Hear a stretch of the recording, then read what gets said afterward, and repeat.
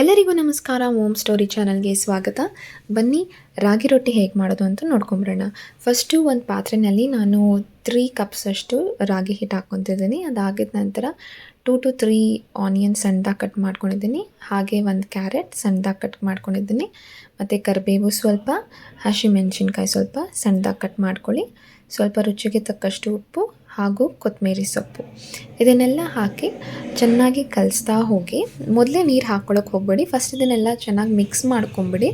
ಅದಾಗಿದ ನಂತರ ಸ್ವಲ್ಪ ಸ್ವಲ್ಪ ನೀರು ಹಾಕ್ತಾ ಹೋಗಿ ಹಾಗೆ ಕಲಿಸ್ತಾ ಹೋಗಿ. ಎಲ್ಲೂ ಗಟ್ಟಿಯಾಗಿ ಬರೋಲ್ಲ. ಆಗ ನೀವು ಒಂದೇ ಸರಿ ನೀರು ಹಾಕೋಗ್ಬಿಡಿದ್ರೆ ಸ್ವಲ್ಪ ಸ್ವಲ್ಪ ಗಟ್ಟಿ ಆಗೋ ಚಾನ್ಸಸ್ ಇದೆ. ಸೊ ಅದಕ್ಕೆ ಸ್ವಲ್ಪ ಆಯಿಲ್ ಹಾಕ್ಕೊಳ್ಳಿ, ಆವಾಗ ಸ್ಮೂತಾಗಿ ಬರುತ್ತೆ.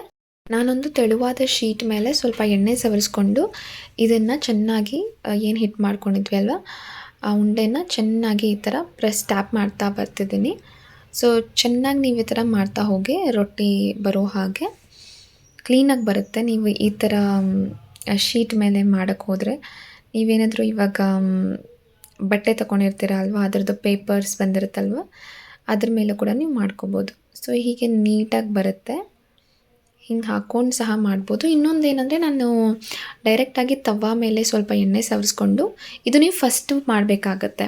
ಹೀಟ್ ಅಷ್ಟು ಆಗಿರಲ್ವಲ್ಲ, ಆವಾಗ ನೀವು ಡೈರೆಕ್ಟಾಗಿ ತವಾ ಮೇಲೇ ಸಣ್ಣ ಉರಿಯಲ್ಲಿ ಇಟ್ಕೊಂಡು ಹಾಗೆ ತಟ್ತಾ ಬರ್ಬೋದು. ಆವಾಗ ನೀಟಾಗಿ ಬರುತ್ತೆ. ಇದು 2 ಮೆಥಡ್ಸ್. ಮೊದಲನೇದಾಗಿ ನೀವು ಹೀಗೆ ಮಾಡ್ಕೋಬೋದು. ಸೆಕೆಂಡಿಂದ ನೀವೊಂದು ಶೀಟ್ ಮೇಲೆ ಟ್ಯಾಪ್ ಮಾಡ್ತಾ ಮಾಡ್ತಾ ರೊಟ್ಟಿ ಥರ ಮಾಡಿಕೊಂಡು ಅದನ್ನು ಒಲೆ ಮೇಲೆ ಹಾಕಿ ಕೂಡ ಮಾಡ್ಬೋದು. ನೀವಿಲ್ಲಿ ನೋಡ್ತಿರ್ಬೋದು ಎಷ್ಟು ಚೆನ್ನಾಗಿ ಬಂದಿದೆ ಅಂತ. ಈ ಹದಕ್ಕೆ ಬಂದಿರಲಿ. ಹಾಗೆ ಸ್ವಲ್ಪ ನೀರು ಅಥವಾ ಆಯಿಲ್ನ ತಗೊಂಡು ಹಾಗೆ ಸವರ್ತಾ ಬನ್ನಿ, ಆವಾಗ ನೀಟಾಗಿ ಬರುತ್ತೆ. ನೋಡಿ, ನಿಮಗೆ ದಪ್ಪ ಬೇಕಾ ರೊಟ್ಟಿ, ಅಥವಾ ಕುರುಮ್ ಅನ್ಬೇಕಾ, ಸಣ್ಣದಾಗಿರಬೇಕಾ, ಆ ಥಿಕ್ನೆಸ್ ನಿಮ್ಗೆ ಯಾವ ಥರದ್ದು ಬೇಕೋ ಆ ಥರ ನೀವು ಮಾಡ್ತಾ ಬರ್ಬೋದು. ನೀವಿಲ್ಲಿ ನೋಡ್ತಿದ್ದೀರಾ, ನನಗೆ ಈ ಹದಕ್ಕೆ ಸಾಕು. ಅದರಿಂದ ಇಲ್ಲಿಗೆ ನಾನು ನಿಲ್ಲಿಸಿದ್ದೀನಿ. ಇವಾಗ ಚೆನ್ನಾಗಿ ಫ್ರೈ ಮಾಡೋಕ್ಕೆ ಬಿಡಿ. ಸ್ವಲ್ಪ ಆಯಿಲ್ ಹಾಕಿ, ಆವಾಗ ತುಂಬ ಚೆನ್ನಾಗಿ ಬರೋದು. ನೋಡಿ, ನಾನು ಚೆನ್ನಾಗಿ ರೋಸ್ಟ್ ಮಾಡ್ಕೊಂಡಿದ್ದೀನಿ. ಏನಕ್ಕಂದರೆ, ನೀವು ಚೆನ್ನಾಗಿ ಈ ಥರ ರೋಸ್ಟ್ ಮಾಡಿದ್ರೆ ಅದರ ಟೇಸ್ಟೇ ಸಖತ್ತಾಗಿ ಬರುತ್ತೆ. ನೀವು ನೋಡಿ, ಮತ್ತು ಚೆನ್ನಾಗಿ ಬೇಯಲು ಬೇಕಲ್ವ, ಅದರಿಂದ. ಹಾಗೆ ಚಟ್ನಿ ನಾನು ಆಲ್ರೆಡಿ ಮಾಡ್ಕೊಂಡು ಇಟ್ಕೊಂಡಿದ್ದೀನಿ. ಸೊ ಈಗ ಅದರ ಜೊತೆಗೆ ಹಾಕ್ಕೊಂಡು ತಿಂದರೆ ಆ ರುಚಿನೇ ಬೇರೆ.